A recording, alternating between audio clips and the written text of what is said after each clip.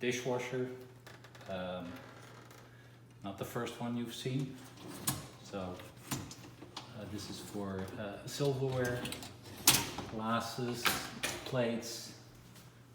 Here in this drawer is the cleaning liquid. Just put a little bit in here, close the lid, and then again select the program by pushing, first put it on. Choices here can change with this button, I think. Well, I guess it's on normal now.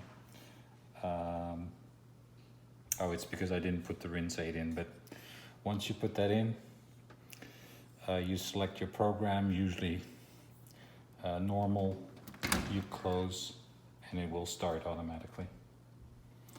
When you open, there will be a little thing. The door will actually automatically open this far at the end of the program. There will be a little thing here that holds the door. You just pull it open. So that's dishwasher.